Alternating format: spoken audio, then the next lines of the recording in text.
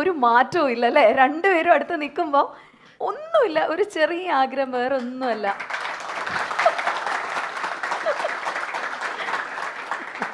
ചേച്ചി ചാക്കോച്ചന്റെ കണ്ണില് നോക്കി ആ ഒരു ഡയലോഗ്, ഏതെങ്കിലും കണ്ണില് നോക്കിയിട്ട്. അന്ന് സോഷ്യൽ മീഡിയ ഉണ്ടായിരുന്നെങ്കിൽ ഏറ്റവും ട്രോള് കിട്ടുന്ന ഒരു ഡയലോഗായിരുന്നു ആ നിറത്തിലെ പലതും. ഞാൻ രക്ഷപ്പെട്ടു.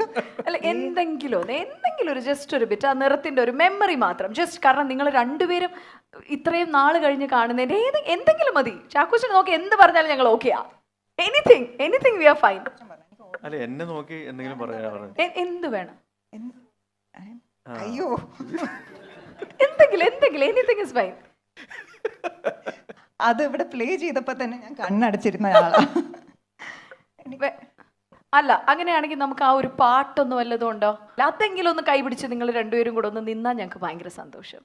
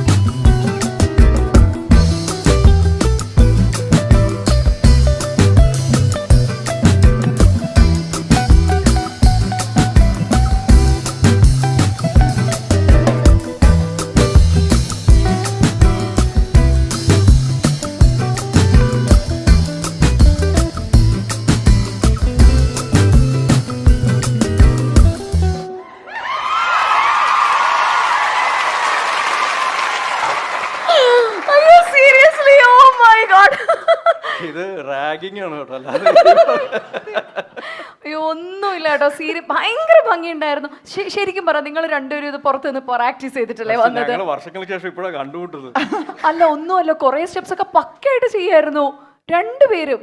മുന്നേ പ്രാക്ടീസ് ചെയ്തിരുന്നോ ചേച്ചി? സത്യം പറ.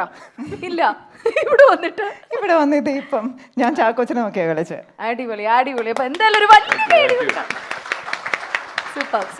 ശരിക്കും പറഞ്ഞാൽ ചാക്കോച്ചൻ എന്ന് പറയുന്നത് ഭയങ്കര സ്വീറ്റ് ആയിട്ടുള്ള, എപ്പോഴും ചാക്കോച്ചൻ എന്ന് പറയുന്നത് നമുക്കൊരു ചിരിച്ച മുഖത്തിലാണ് ചാക്കോച്ചൻ നമുക്ക് ഓർമ്മ വരുന്നത്.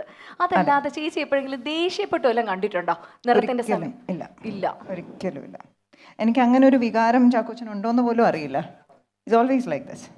കാരണം നിറത്തിന്റെ ടൈമിലൊക്കെ എനിക്ക് ഒരുപാട് റീടേക്സ് വന്നിട്ടുണ്ട്. ആ സമയത്തൊക്കെ very calm, composed, very encouraging. ഓ, എങ്ങനെ ചാക്കോച്ചി ഈ ദേഷ്യം ഒന്നും വരാണ്ടിരിക്കുന്നേ? ഞാൻ ദേഷ്യപ്പെടാറുണ്ട്, പക്ഷെ എനിക്ക് തോന്നുന്നു അത് ഓപ്പോസിറ്റ് റിയാക്ഷൻ ആയിട്ടാണ് ഫേസിൽ വരുന്നതെന്ന് തോന്നുന്നു. ആൾക്കാർക്ക് മനസ്സിലാകുന്നില്ല എന്ന് തോന്നുന്നു.